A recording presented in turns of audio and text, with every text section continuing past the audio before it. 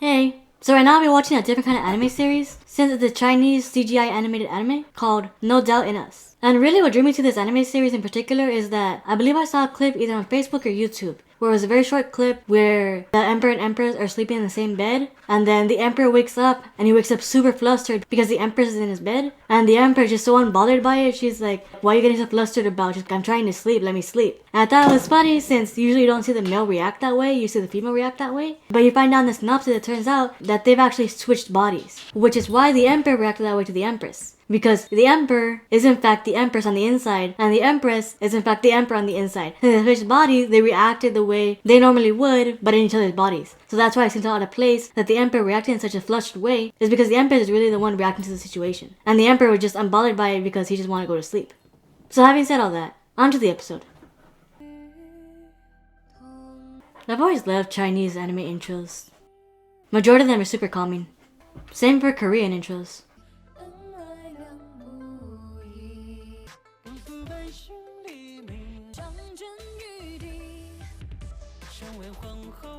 Oh, Biwa.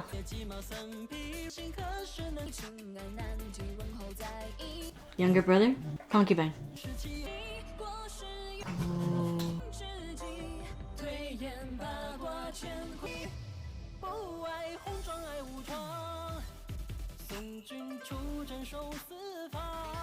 Oh, that was her. It makes sense that it wouldn't be her though.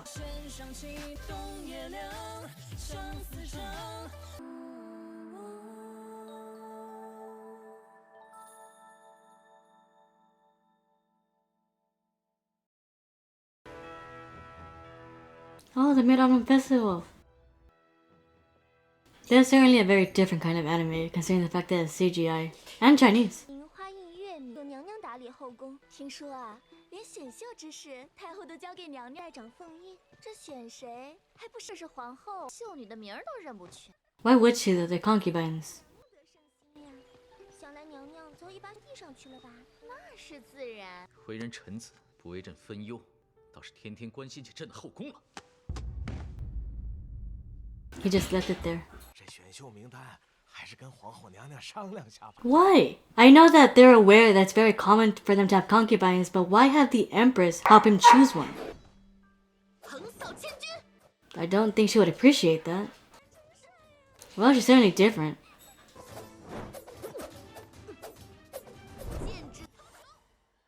Damn. That could be treasonous.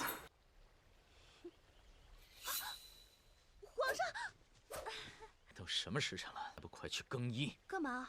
你得就知道他来肯定没好事。身体不适，只怕不能。正好，你也忘了你的侄子。反正你也不想跟我一起去啊。 Oh, he just threw it at her. 选秀名录，你照着这个选吧。妈，皇上是信不过臣妾的眼光吗？你的眼光。这些女人不会勾引皇上。沉溺女色，于朝堂。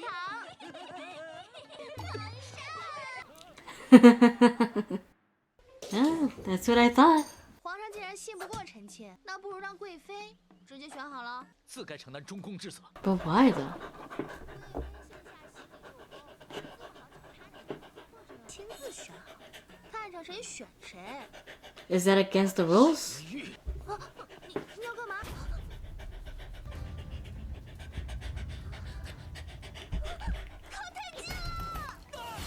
You're married! What do you mean too close? Oh, is that when it happens? Huh. How very Ranma of them if it happens like this. 北斗南移，破军要请，星象异动。奴婢告退。 Empress Dowager or the... Yeah. 什么时辰了，怎么还不见皇上皇后过？皇上向来守时的，皇后娘娘倒慢些，也情有可原。偏偏皇后是最没分寸的，这会儿不知道又在做什么。启禀太后，皇上皇后落水。什么？怎么回事？ Is it that severe? It's just a pond. I mean, sure they can get sick, but I don't think it's that bad. 黄龙蚊帐， He has long hair. 我的声音。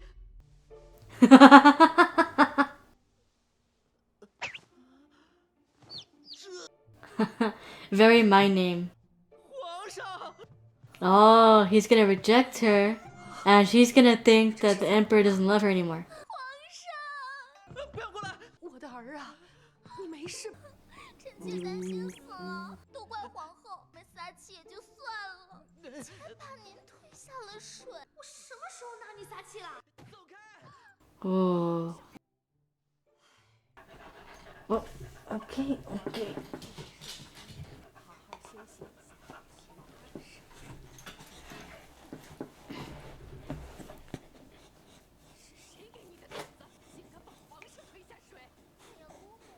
Aunt.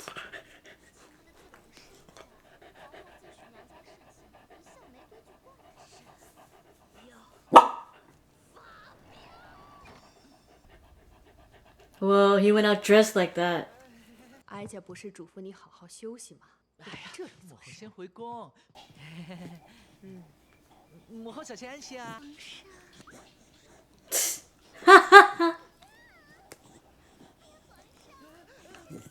是怎么回事？臣妾怎么知道你不知，那怎么会变成现在这样？啊？臣妾对天发誓，便为天打雷劈。 Oh, that was close.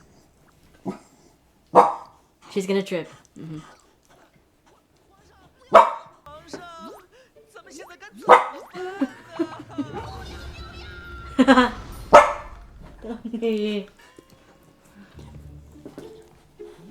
为什么互换？对了，国师一定有办法。你我互换，因为阴阳失调，配是最终阴阳平衡，必然有效。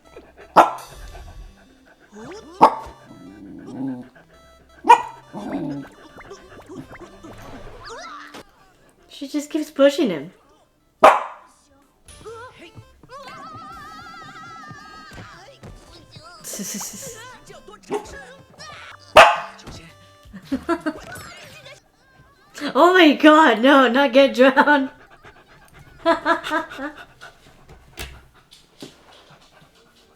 算了，不要再胡闹了，先准备上朝。我上场。你们徐家簪缨世家，不过上朝装装样子而已。怕什么？ Oh, now she has to work. 走，去训练帝王威武。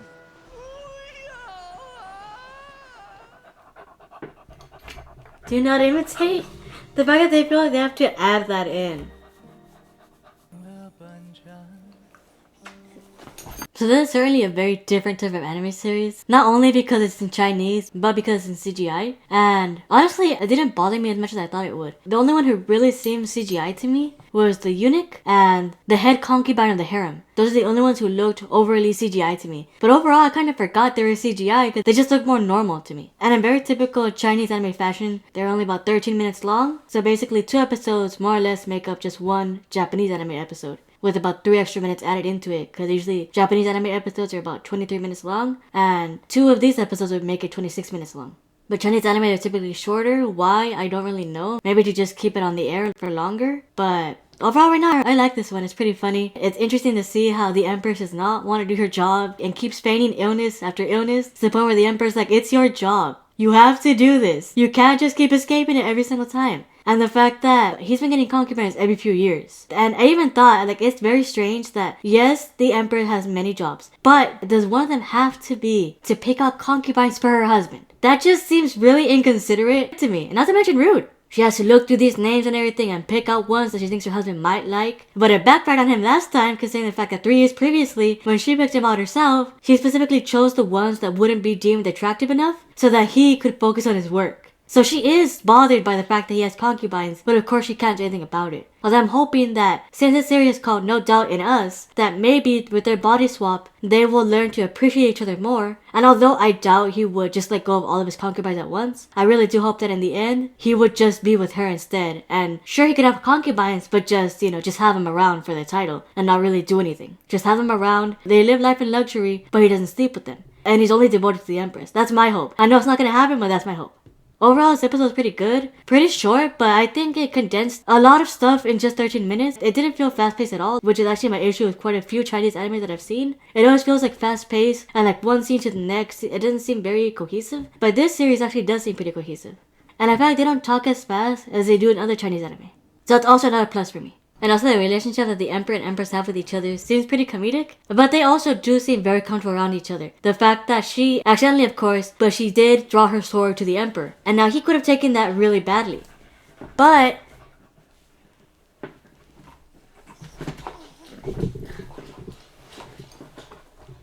he didn't. He cared much more about her doing her job, which of course she didn't want to do. And also, this is another thing that I know is pretty common in these type of animes, but they're married. For at the very least over 3 years, they've been married. Why is she so bothered by the fact that he gets really close to her sometimes? To the point where she literally pushed him into the pond. And in her haste to grab him, she just fell in the pond with him. And considering the fact that the astrologer said that the stars were aligning differently, I'm assuming that the pond itself isn't magical, just that the stars aligned at a very particular time that caused them to switch bodies. So I'm interested to see how they navigate that, considering the fact that since the only other one that I remember seeing that deals with this kind of topic was the Japanese anime film Your Name, and the manga anime series Kokoro Connect. So I'm curious to see what kind of spin, if any spin, this Chinese anime has on that.